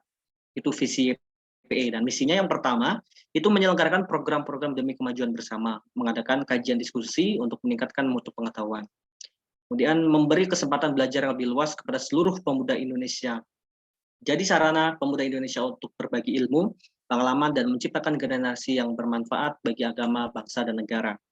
Kemudian yang terakhir ada mendukung dan menyelenggarakan kegiatan pengabdian masyarakat. Itu visi misi yang saling berkorelasi, teman-teman, yang memang perlu kita wujudkan bersama gitu. Itu visi misi yang sudah dikonsepkan dari awal dan itu juga disebutkan di ADART. Jadi kalau mau diubah ya konfirmasi dulu gitu. Kita ngadain konferensi dulu baru diubah. Next. Nah, kemudian branch YPE. Nah, ini branch YPE yang sudah berdiri beberapa. Kalau ini mengacu kepada SK kemarin, itu ada branch YPE branch Jawa Timur, YPE branch Jawa Tengah, YPE branch Kalimantan Selatan, YPE branch Surabaya, YPE branch Palembang, YPE branch DKI Jakarta, branch Tangerang Raya, branch Jawa Barat, dan branch Banten. Dan kemudian berbagai perwakilan di daerah gitu. Sebetulnya memang ada beberapa branch yang sempat berdiri, namun memang ketuanya atau perwakilannya ini disebutkan dengan profesinya, karena memang yang terhimpun di YP itu bukan sekedar siswa SMA, mahasiswa, ternyata banyak juga profesi guru yang terhimpun di YP, pengusaha-pengusaha, bahkan praktisi-praktisi terhimpun di YP itu, macam-macam. Makanya di sini berpengaruh juga ke mobilitas YP. Cuman kalau disesuaikan dengan SK kemarin, itu ada 8 branch. Ada 9 branch. Next. Nah, kita bicara masa depan, teman-teman. Masa depan ini sebetulnya kan sangat tergantung dari pemimpinnya nanti. Apakah pemimpinnya mau membawa YPI kemana? Apakah memang lebih ke pendidikannya, atau lebih ke kemanusiaannya, atau ke sosialnya gitu. Nah, di sini kalau pandanganku itu yang pertama jadi sebuah platform pendidikan sejenis kayak mungkin yang sudah ada ruang guru, skill academy, terus apa lagi itu macam-macam lah soal-soal seperti itu. Next, itu ditampilkan semua aja admin. Kemudian yayasan juga, karena bisa jadi nanti YPE kalau memang ke depan itu bisa kita jadikan yayasan, dalam artian yayasan pendidikan yang bisa memberikan kebermanfaatan sosial terhadap banyak masyarakat. Kemudian bisa jadi juga kita daftarkan ke Kemenkumham jadi statusnya organisasi kemasyarakatan pemuda atau OKP ya sebutannya. Itu. Kemudian bisa menjadi lembaga pendidikan, kemudian lembaga independen yang memang biasanya tugasnya itu ya survei, kemudian menganalisa pemerhati pendidikan, sebuah konsep pembaruan pendidikan yang terkini gitu.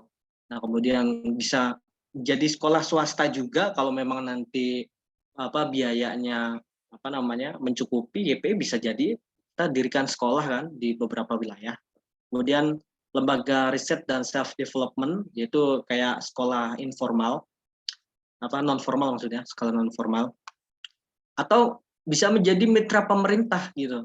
Mitra pemerintah dalam artian mungkin nanti suatu saat pemerintah membutuhkan sebuah sebuah himpunan anak muda, ya bermitra aja sama YPE gitu. YPE kan himpunan anak-anak muda semua di Indonesia gitu. Jadi begitulah mungkin beberapa opsi yang memang itu bisa sangat tergantung dari pemimpinnya nanti. Gitu. Kalau dari saya sendiri ya itu antara di sini kan sebenarnya saling berkaitan juga dan bisa ada ininya kaitan semua. Kalau jadi yayasan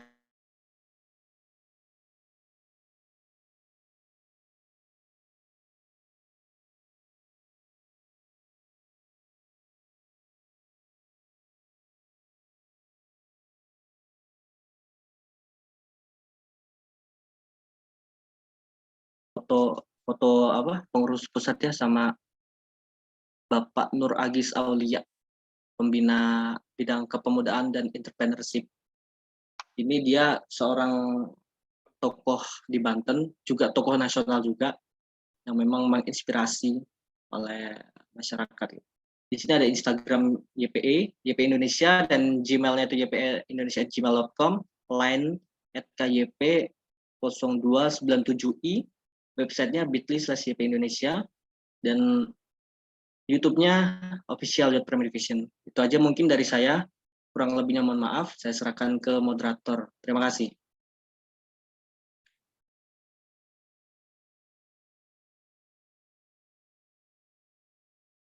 Silakan moderator.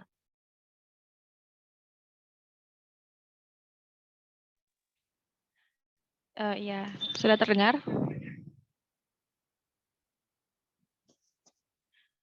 Bila ada yang ingin bertanya, boleh raise hand.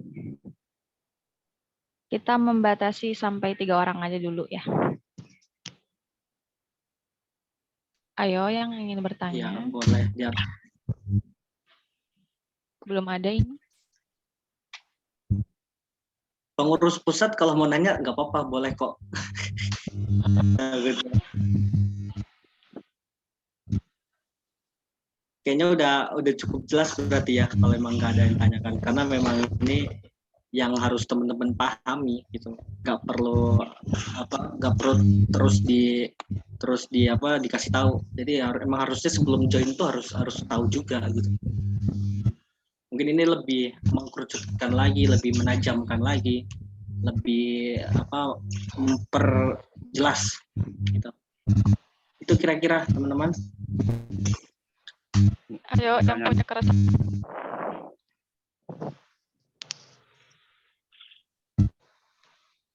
Gimana moderator?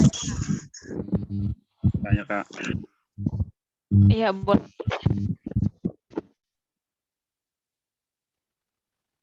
Siapa yang nanya tuh? Silahkan Rai.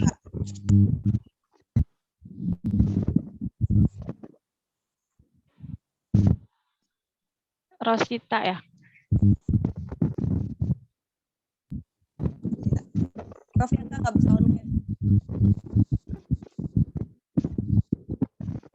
Suaranya Kan tidak terlalu. kedengeran nggak Kak suara saya?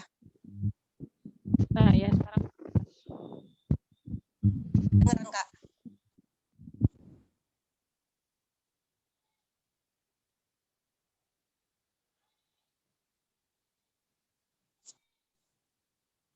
Halo? Halo, kedengeran. Ayo silakan. Ya, di sini kan membahas tentang sejarah. Otomatis kita harus benar-benar tahu lebih meluas lagi tentang sejarah YPI ini. Tapi dari tadi saya ngelihat nggak ada membahas tentang turun-temurun sejarah pusat ini. Kayak misalkan tadi kan Karman udah bilang dibuat oleh 2 orang gitu, terus ke 7 orang. Jadi kita tuh juga pengen tahu di YPE pusat ini dari turun temurun itu orangnya siapa aja gitu. Kemudian ketika ketum YPE Kak Arman ini pas ngediriin branch yang lain itu gimana gitu. Ketika ngediriin branch YPE tadi terus Banten caranya gimana gitu. Saya pengen tahu itu sih. Karena kan kita tahu ya YPE. Itu aja Kak. Terima kasih. Ya Kak, boleh dijawab langsung. Saya mau nanya Kak. Ya udah, tampung dulu deh. Oh iya, tampung dulu deh. Ayo silakan. Baik, izin bertanya. Nama saya Muhammad Mudadi dari Branch Banten ya. Di sini tadi saya dengar membahas tentang kepemudaan juga ya. Artinya saya pernah baca buku bahwasanya menurut Profesor Dr. Andes Habibie mengatakan ada 5 kelemahan yang harus kita hindari ya. Kata Profesor Dr. Andes, 5 kelemahan yang memang 5 kelemahan ini harus kita hindari. Yang pertama lemah harta, lemah fisik, lemah ilmu, lemah semangat hidup, dan lemah akhlak lah. Ini juga masih sangkut pautnya dengan kepemudaan sekarang. Memang pemuda sekarang itu kebut taklif, suka meniru-niru lah. Intinya yang saya tanyakan pada saat ini yakni bagaimana cara menghindari kelemahan-kelemahan ini yang memang sudah dikatakan oleh Profesor Dr. Andes B.J. Habibie ini gitu. Terima kasih.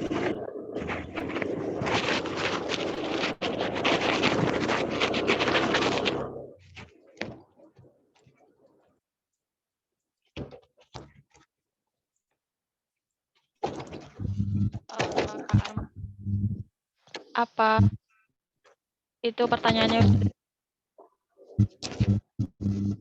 Pertanyaannya, cara mengatasi anak muda yang memang sekarang itu mentalnya lemah lah gitu tuh.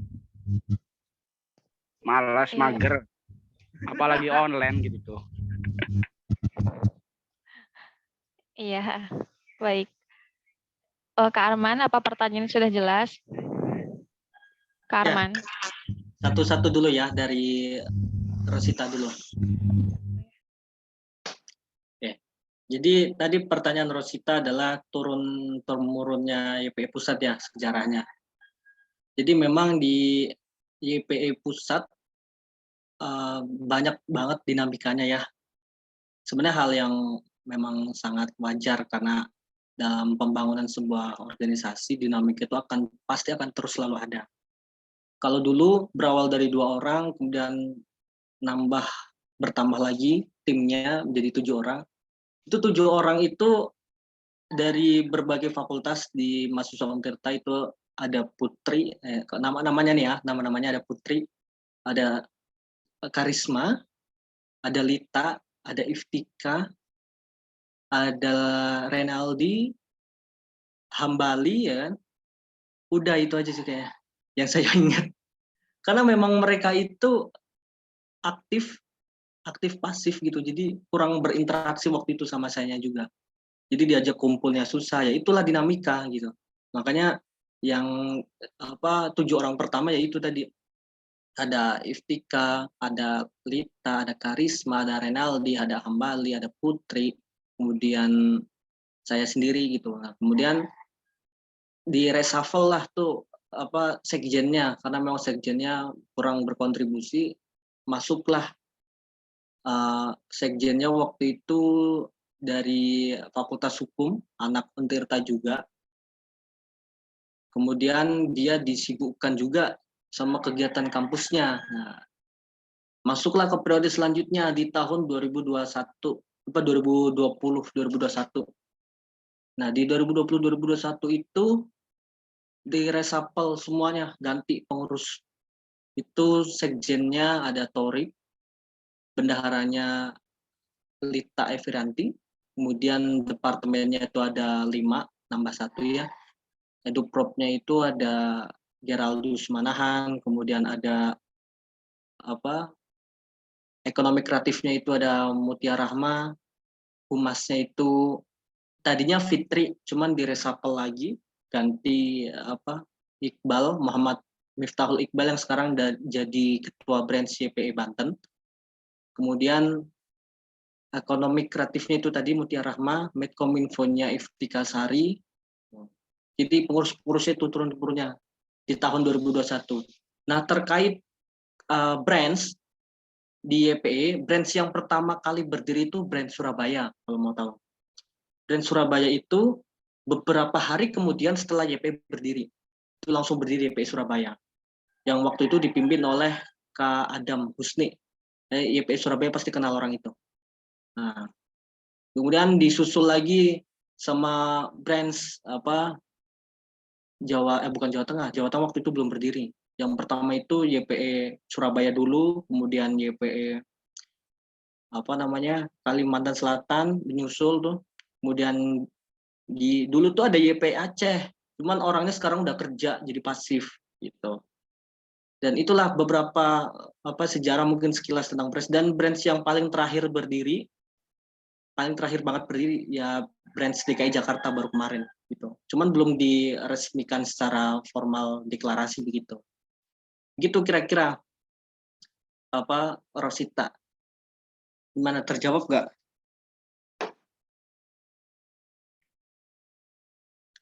Gimana?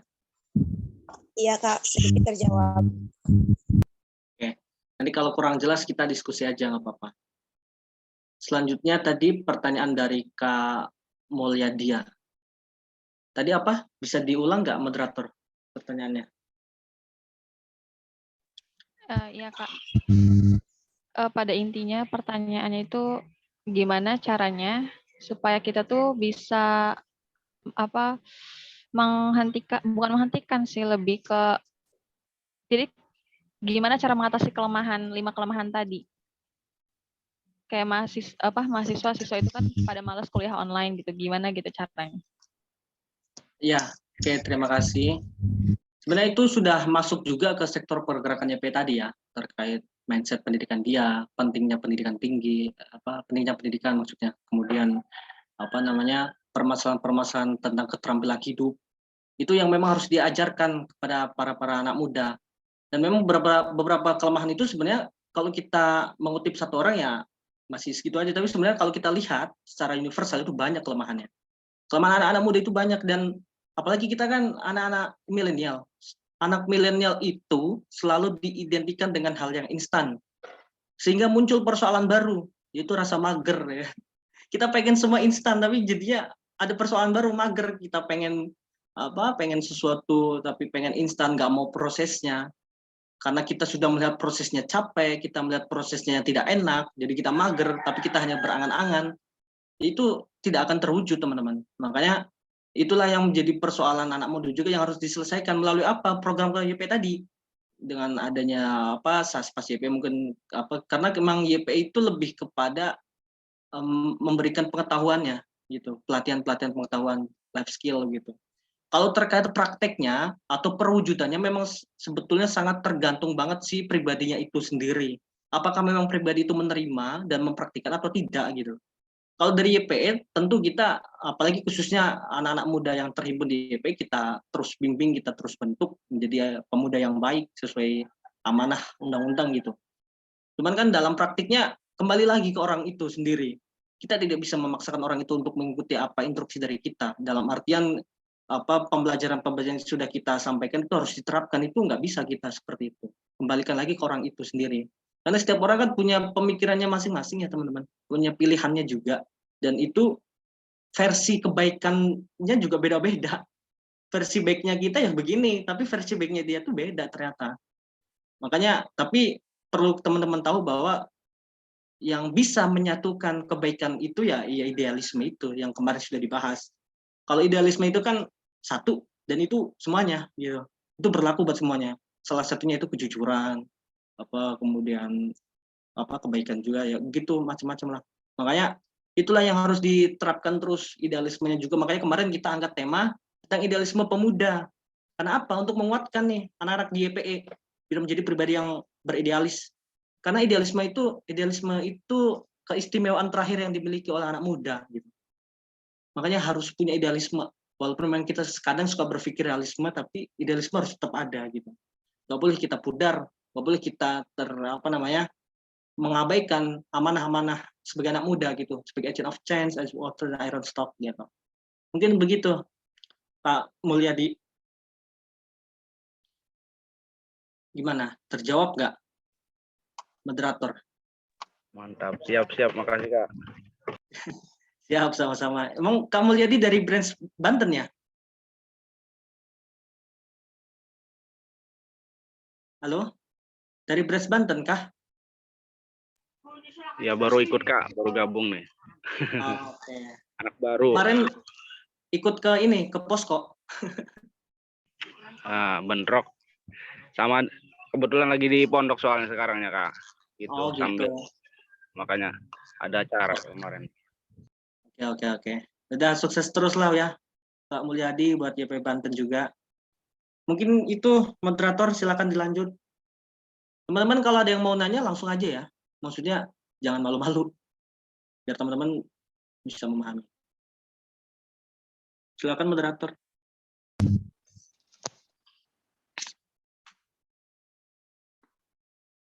Kalau bisa materinya di-share Kak. Iya, apa masih ada yang ingin bertanya lagi? Saya izin bertanya, Kak. Boleh, Rezi Wanda, silakan. Perkenalkan, nama saya Rizky Wanda Useni. Saya dari branch YPE Jawa Timur. Saya izin bertanya untuk Kak Arman. Kak, apa sih tantangan dan juga gangguan selama kakak menjadi founder YPE selama ini. Begitu Kak, terima kasih.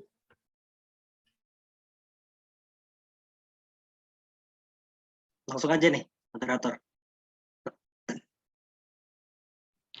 Iya langsung Kak.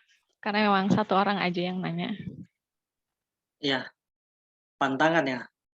Pantangan saya, wah banyak banget sih, tak terhitung. Banyak banget cobaan, gempuran, yang banyak orang juga yang bukan banyak ya, ada orang tidak suka, ada juga yang ingin, bahkan apa, mungkin kalau bahasa politiknya itu apa namanya ya, oh ini agak nggak enak sih, cuman ya udah harus saya sebutkan, kayak cari muka ke saya, pantangan-pantangan itu yang memang menjadi hal-hal baru bagi saya waktu itu. Apakah sikap apa yang harus saya lakukan waktu itu, dan itulah yang menjadi PR buat saya untuk bisa bersikap profesional, bersikap selayaknya sebagai ketua waktu itu, dan sampai sekarang. Dan memang itu terus kemudian ada juga yang ingin menghancurkan saya juga ada, yang ingin menjerumuskan saya juga ada. Jadi hal-hal itu sebetulnya emang resiko sebagai seorang pemimpin ya, apalagi dalam hal ini organisasi nasional. Ada orang nggak suka itu udah pasti ada gitu. Dan bagi orang yang nggak suka itu kan apapun yang kita lakukan selalu jelek gitu, selalu nggak suka pokoknya. Nah itulah yang menjadi pantangan banget. Emang saya itu harus bagaimana lagi gitu. Orang-orang seperti itu akan selalu ada. Dan sisi lain juga ketua ini kan jabatan terbuka ya, semua orang bisa jadi ketua. Jadi resikonya ya ketua itu harus siap dikritik gitu. Ketua itu harus siap menghadapi berbagai dinamika, dan ketua nggak boleh capek gitu. Ketua capek melayani anggotanya ya buat apa? Makanya itulah pantangan-pantangan banget. Bahkan saya pernah ngadain rapat waktu itu sama branch mana ya, saya lupa tuh. Ngadain rapat itu jam 11 malam, bayangin. Saking branch itu urgent banget, ada persoalan yang harus dibahas. Mungkin kalau orangnya profesional, jam 11 malam itu kan istirahat ya. Harusnya saya nggak mau tuh kalau saya orang profesional. Maksudnya sesuai dengan jam kerja gitulah ya.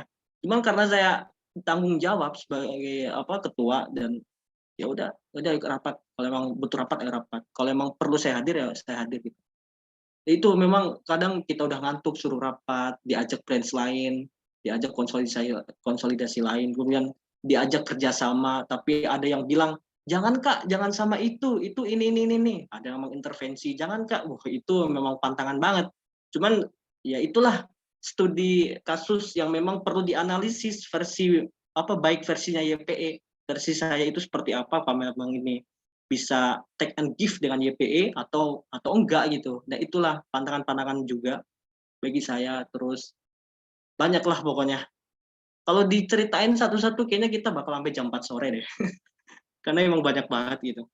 Cuman ya saya tetap terus mengingat bahwa ya kita harus bisa lakukan terbaik gitu. Sesuai dengan moto saya tadi, kita harus lakukan terbaik.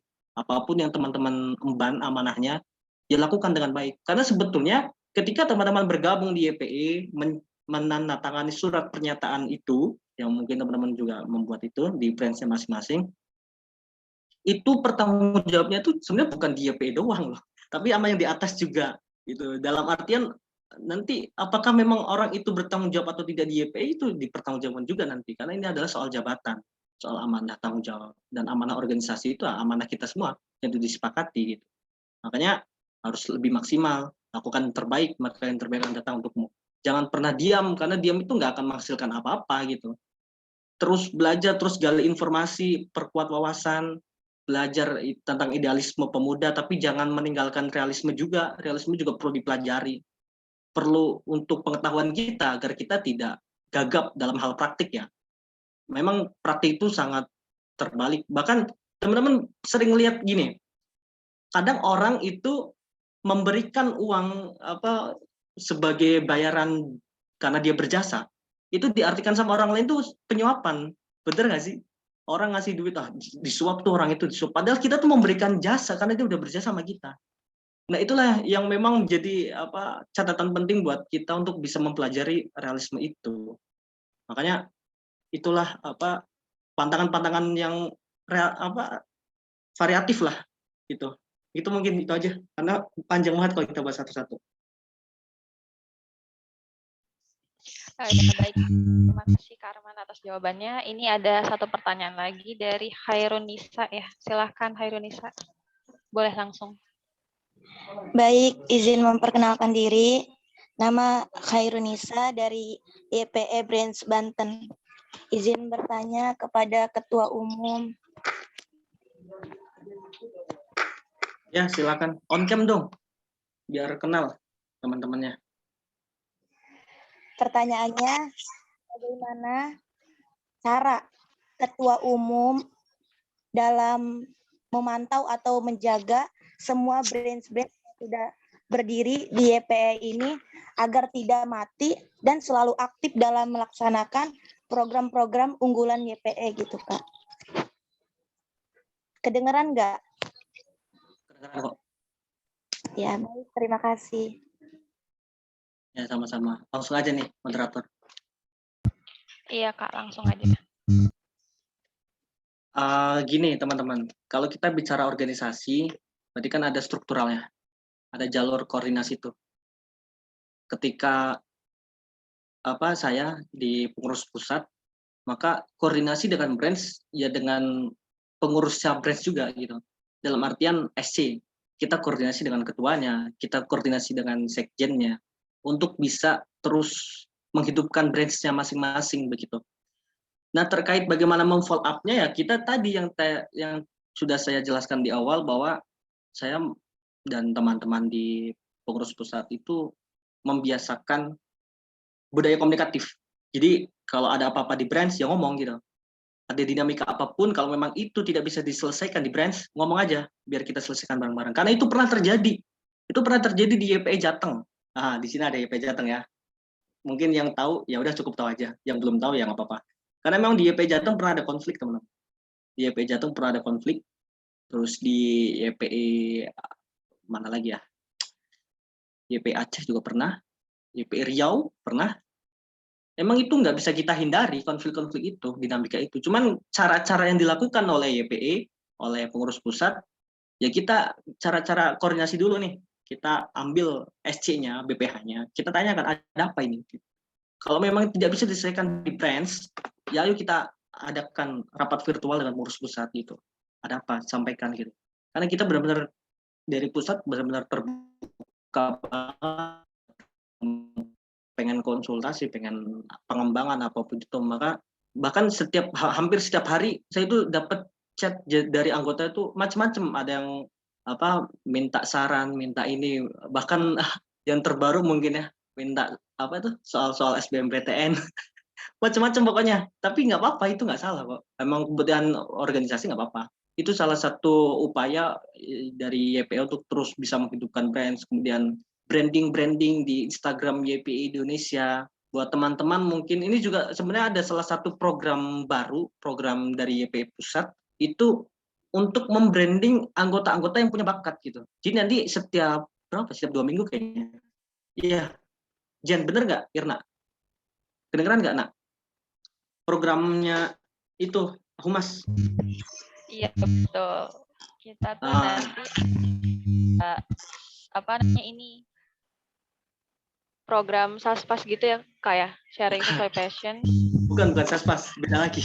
Beda program. Jadi ini di sini ada Tiara nggak? Ada Humas nggak? Halo Tiara. Tiara. Ada nggak sih? Tadi izin.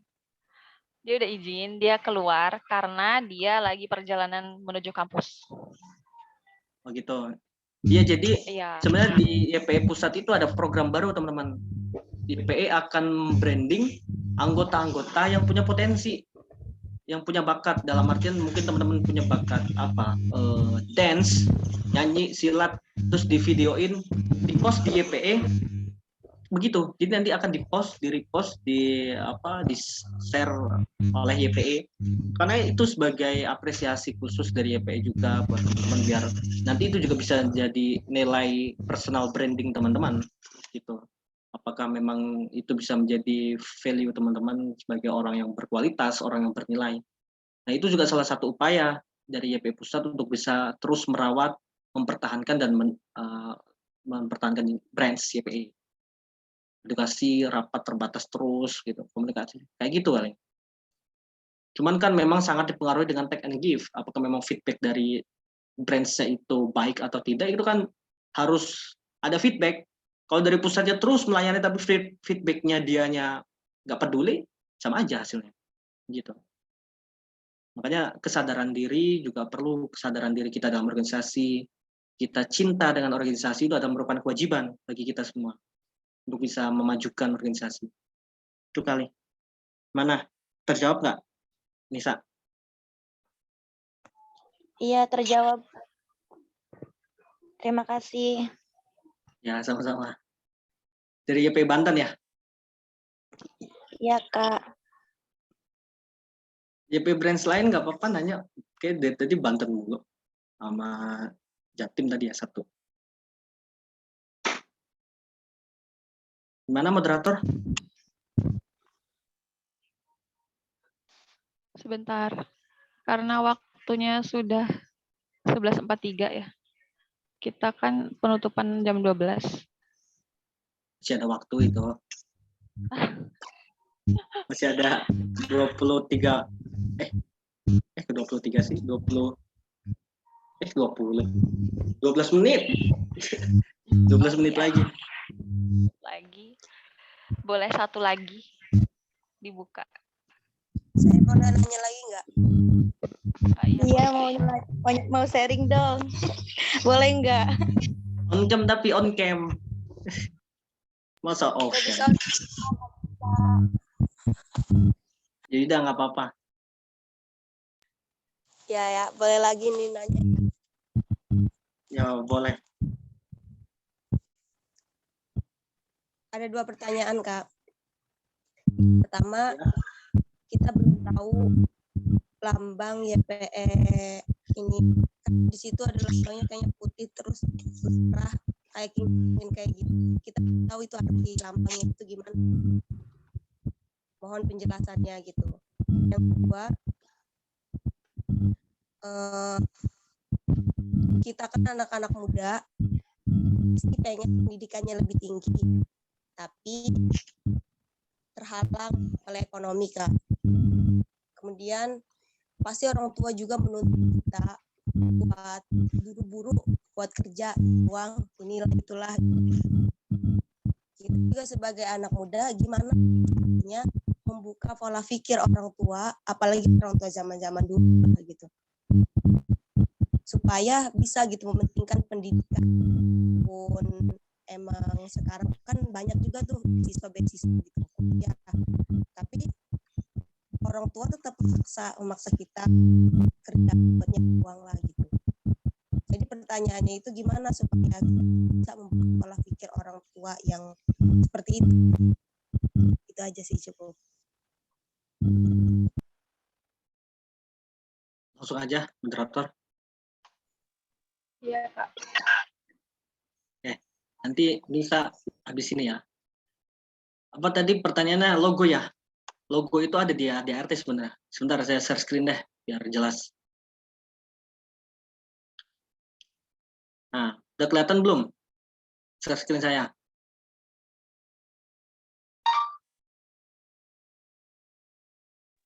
Udah, Kak. Belum. Nah, di sini ada di pasal 20 di bab 6 arti lambang YPE.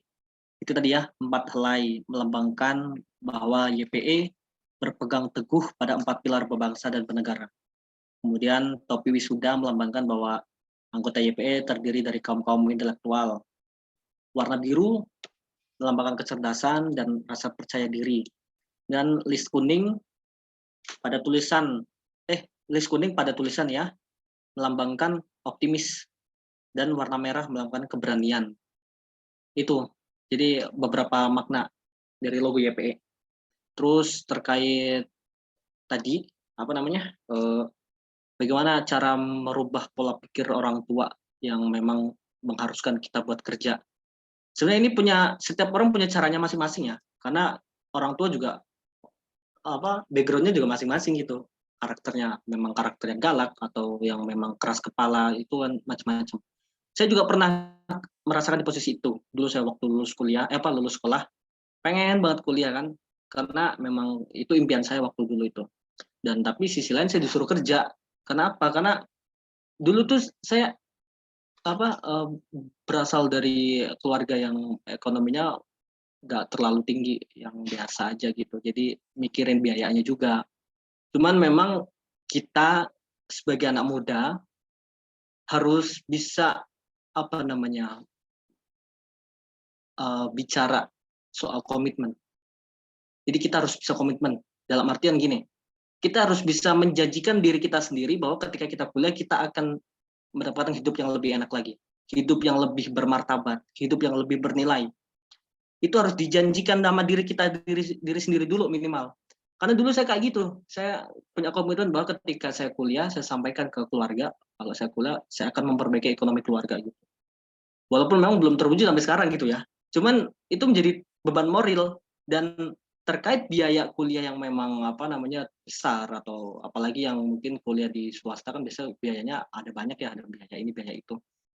Kan itu bisa kita handle dengan beasiswa. So, beasiswa itu banyak banget, beasiswa dari pemerintah. Makanya beasiswa itu kan biasanya kriterianya harus pintar, harus punya penghargaan, harus punya macam-macam persyaratan khusus.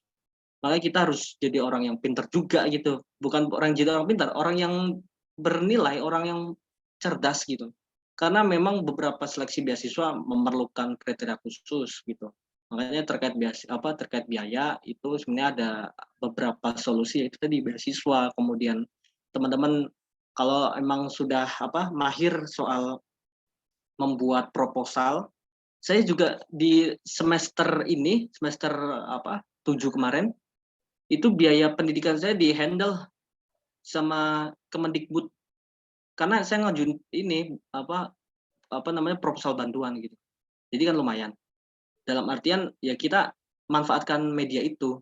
Kita buat proposal bantuan dana ke instansi pemerintah, ke orang-orang dermawan untuk bisa membantu pendidikan kita. Itu sisi lain juga kita dengan berorganisasi, dengan membangun relasi untuk kebermanfaatan itu gitu. Tapi kita juga harus bisa memberikan dampak, feedback ke orang itu. Kalau memang yang memberi itu pemerintah, ya kita harus bisa feedback kepada pemerintah untuk bisa membangun pendidikan di wilayahnya. Kalau memang pemerintah Serang contohnya, di Rosita tuh kota Serang yang membantu, maka Rosita juga harus bisa membangun pendidikan di kota Serang. Biasanya feedback itu sudah menjadi kewajiban soal itu. Nah, itulah yang memang harus menjadi komitmen, bahwa meyakinkan orang tua terkait pendidikan itu sebenarnya hak dan kewajiban yang harus kita laksanakan, pendidikan itu. Karena apalagi perempuan ya, perempuan ini kan guru pertama bagi seorang anak. Jadi perempuan itu harus berkualitas gitu. Nggak boleh perempuan itu nggak tahu apa-apa. Perempuan itu nanti akan menjadi seseorang yang serba tahu. Entah dia misalkan batuk-batuk nih, wah ini kayak penyakit ini ya. Itu bahkan soal kesehatan pun harus tahu, padahal jurusannya bukan kesehatan gitu. Makanya bagi perempuan harus lebih berkualitas. Jangan terpatok sama mindset yang udah umum. Ada yang tahu nggak? Kayak perempuan tuh harus di dapur, sumur, kasur. Nah, itu mindset yang sempit menurutku. Perempuan itu memang harus berkualitas juga, karena mereka lah madrasah pertama bagi seorang anak. Ya gitu kira-kira. Gimana? Terjawab gak ya? Kecepatan ya? Maaf kalau kecepatan. Iya, terjawab. Terima kasih. Ya, sama-sama. Ya, tadi ada itu ya yang mau sharing. Iya, Kak. Iya, Bisa. boleh sharing. Masih ada 10 menit lagi. YPE kan background-nya pendidikan ya, Kak. Bagaimana gitu cara organisasi kita ini bisa membantu anak-anak yang putus sekolah gitu untuk bisa mendapatkan pendidikan layaknya anak-anak yang bisa sekolah gitu, Kak.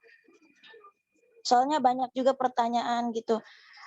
Kita organisasi pendidikan, tapi bergeraknya hanya di di sekolah-sekolah menengah aja gitu. Kenapa nggak terjun langsung di masyarakat mengajarkan anak-anak yang putus sekolah gitu, Kak?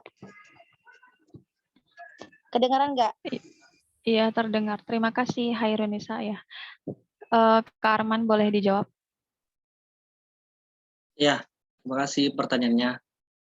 Cara-cara YPE ya, sebenarnya kita punya program ini juga sih, advokasi. Kita advokasi anak-anak. Salah satu upaya untuk bisa melakukan itu adalah dengan adanya program educare juga. Kita membuka wawasan pendidikan mereka untuk bisa melanjutkan pendidikan tinggi terkait yang memang putus sekolah. Ya kita sebenarnya tanggung jawab pendidikan ini kan tanggung jawab negara gitu. Kalau upaya-upaya organisasi sejenis organisasi pendidikan kayak YPE itu adalah menyalurkan anak-anak itu terhadap negara untuk bisa disekolahkan. Wajib sekolah 12 tahun itu kan program utama negara gitu. Makanya kalau upaya-upaya yang bisa dilakukan oleh YPE ya membuka wawasan tersebut, menyalurkan gitu kan. Kita menyampaikan bahwa seperti yang di tahun 2021 itu waktu kita audiensi dengan Dinas Pendidikan di Provinsi Banten, kita sampaikan hasil investigasi kami waktu itu di kecamatan ini, daerah ini, bahwa mereka masih ketinggalan pendidikannya. Itu kita sampaikan dan dia responnya positif dan bahkan dia bersedia untuk bekerja sama dengan YPE waktu itu. Jadi ini salah satu peluang besar juga, khususnya bagi Branch Banten ya, karena memang itu di posisinya di Provinsi Banten gitu. Itu paling kalau upaya-upaya YPE ya begitu, terkait bagaimana yang putus sekolah kita memberikan motivasi, kita memberikan edukasi pentingnya pendidikan tinggi, pentingnya pendidikan, terus edukasi keterampilan hidup juga, dan kita salurkan ini juga ke pemerintah karena memang yang seharusnya bertanggung jawab itu ya pemerintah gitu. Kita upayakan apa yang bisa kita lakukan sesuai dengan kolaboratif kita semua gitu. Dari kita. Itu kira-kira. Miss Hairunisa. Iya, Kak, terima kasih. Kak mau nanya dong. Mau ngasih usulan gitu. Iya, silakan. Di YPE Pusat ada program pertemuan nggak antar semua branch ya, semua branch gitu. Bukan SC doang, pengurus-pengurusnya gitu. Ya. Ada Gimana Sekjen? Ada nggak? Festival. Bukan festival, pertemuan. Ini maksudnya pertemuan kita belum rencanain ya, Kak. Kalau misalnya sama branch paling kalau emang satu branch gitu ngusulin gitu.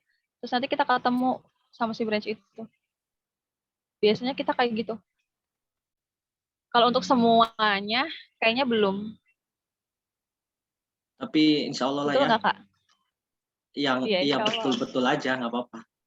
Karena memang paling program yang ada terkait kunjungan branch itu ya kayak kemarin roadshow, kita kunjungan ke branch Jakarta, nanti insya Allah ke branch Banten juga. Kalau memang didanai ya ke branch yang jauh sekaligus di Kalimantan kalau memang bisa terbang ke sana kan. Sebenarnya itu memang tergantung sama ini juga sih, biayanya juga. Kalau memang ada biayanya berangkat, kalau nggak ada ya paling virtual dulu. Paling kalau kunjungan-kunjungan ya itu tadi per satu-satu branch. Karena kalau mau disatukan semuanya, itu pertimbangannya besar. Yang pertama kondisi kita lagi pandemi, yang kedua perizinan, kemudian yang ketiga biaya, yang keempat apalagi keamanan juga belum ada yang bisa menjamin. Makanya sebetulnya salah satu program dari saya ini buat YPE itu pengennya YPE itu bisa bekerja sama sama BPJS, insya Allah lah kalau emang tembus lagi saya ajukan gitu. Karena kalau bisa kita tembuskan ke BPJS, teman-teman dijamin semuanya keselamatannya atas nama YPE, tapi ya atas nama YPE teman-teman dijamin semuanya sama BPJS. Mungkin teman-teman dalam perjalanan perkumpulan YPE dari kota sebelah ke kota ini, di perjalanan kecelakaan nih amit-amit ya, itu langsung dijamin sama BPJS, dibiaya ini. Makanya ini lagi mengajukan, semoga tembus aja gitu teman-teman. Itu salah satu upaya ya YPE untuk bisa memberikan kebermanfaatan ke anggota, ke semuanya gitu. Itu kira-kira. Kalau terkait ada atau enggak, paling adanya baru program roadshow. Kalau menyatukan semua branch tadi yang saya sampaikan. Bisanya antar branch doang ya Kak, nggak bisa semuanya. Ya insya Allah nanti saran diterima, nanti kita rumuskan ya Jen ya. Jen, bisa didengar nggak Sekjen? Iya Kak. Catat tuh usulan dari branch. Makasih Nisa. Ya, oke. Terima kasih untuk semuanya karena ini udah menunjukkan ya, maksudnya udah akhir penutupan ini. Izinkan saya membacakan statement, bukan statement sih, ini cuman kayak jas merah. Jangan sekali-kali meninggalkan sejarah, karena emang sejarah itu bisa jadi tolak ukur juga. Kita harus bergerak kemana dan bergerak seperti apa. Kita belajar dari sejarah. Dan tak kenal maka tak sayang. Kalau misalkan kita masuk ke suatu organisasi atau sesuatu pekerjaan atau apapun itu, kuliahan, ya kita harus paham sih sama mekanismenya, sama alurnya. Jadi biar kita juga bisa bertempur gitu, bisa berenang di situ. Itu aja sih. Terima kasih. Saya kembalikan lagi kepada MC ya.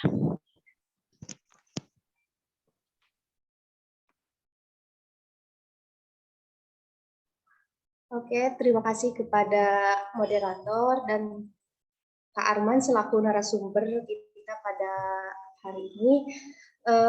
Selanjutnya sebelum keluar dari Zoom meeting, seperti biasa kita ada sesi foto bersama. Jadi diharapkan kepada teman-teman untuk mengaktifkan videonya buat dokumentasi juga. Ya, kepada teman-teman mohon diaktifkan kameranya, tampilkan wajah cantik dan cantik.